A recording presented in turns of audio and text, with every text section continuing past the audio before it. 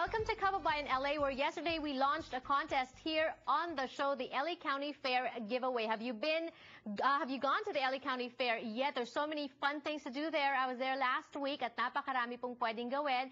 Meron po para kay tatay, may mga concert sila, para kay nanay. There are rides for brother, sister, pati kay bunso po. Marami pong mga bagong exhibits. There's one about bodies, plastinated bodies there also. And what's sweet about this is you keep watching Kababayan LA. We're going to reward you. You may get in for free at the LA County Fair. We are giving away tickets to the fair, and those are the details on the screen right now. 3 lucky winners will be given 5 tickets each to enter for free to LA County Fair. All you need to do is send us your favorite family photo, and don't forget to describe it to us so we can pick the best one. Tell us what's it about, where it was taken, when it was taken, and also don't forget to include your name, your full address, and your phone number so we can notify you if and when you win. The deadline for submission of entries is on Friday, and we're going to be announcing the winner on Monday. Send your entries to kababayan@la18.tv. Ngayong hapon sa Kababayan LA Talk Tuesday, bukas po ang aming mga linya ng telepono. And you know, we're going to be talking about domestic violence. It's important, it's very serious, it's very heavy, but like I said, because it's important, we need to talk about that. Joining us here right now in studio, Deborah Sa is the Executive Director of CPAF Center for the Pacific Asian Family. Hello and welcome to the show. Thank you for having us. And Ana Jaime is a Senior Advocate for CPAF. Hello once again and welcome to the show.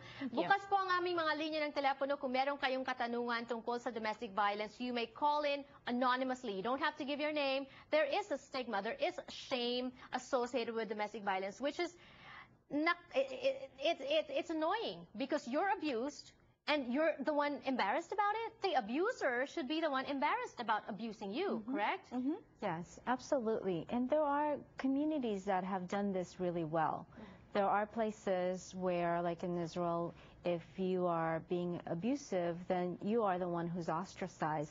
But traditionally in the United States, we have come up with a solution where we are actually sheltering and removing the survivor from a domestic violence situation because we feel that it's dangerous and we need to provide protection. And the thing is, okay, when we talk about abuse, what exactly is abuse? At some point in our lives, I'm sure we've all been abused. We've all been subjected to domestic abuse because there's so many kinds. There's texting abuse, verbal abuse, obviously. There's physical abuse, there's mental abuse, and even social abuse. When people isolate you from your friends, turn your friends against you, you must have a lot of knowledge about this. Well, what we do typically speak about is that there are different types of abuse.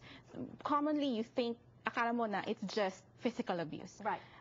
But actually, that's just what you hear about because that's what's easily seen. Right. But there are so many hidden ones, like you said. There's emotional and psychological abuse. There's verbal abuse.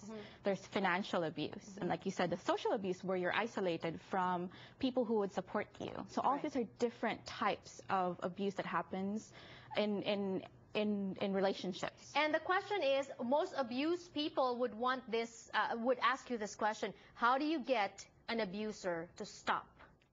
Yeah. Is there hope? Well, yes, there is hope. I think what we have to talk about when we talk about abuse, it's about power and control. So when we say abuse, it's about another person exerting their power and control over you, and it's not something that you want to do. So although I'm going to say it's not your decision for them to stop, because the only person who can make themselves stop is the one who's actually doing the abuse. They're the ones who are exerting this power. Right. But but there are things that survivors can do. Yes, and one of the things we want to really put it out there is that you can seek intervention. You can get different things to help you out of the situation.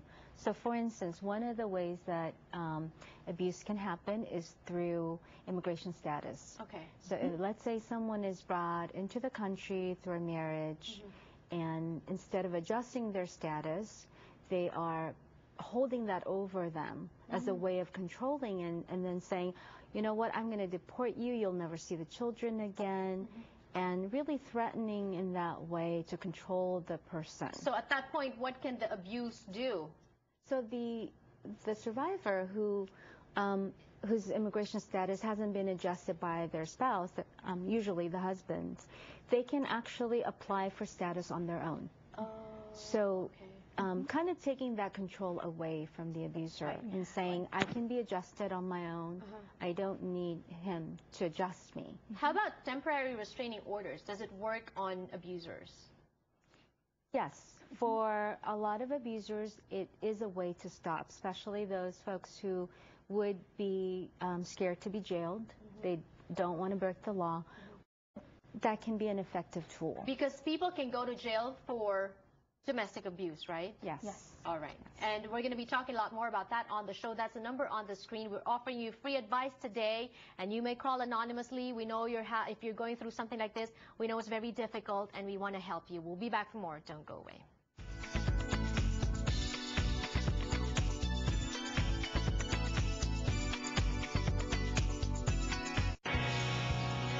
Ang programang ito ay handog sa inyo ng US Bank. We're proud to serve California.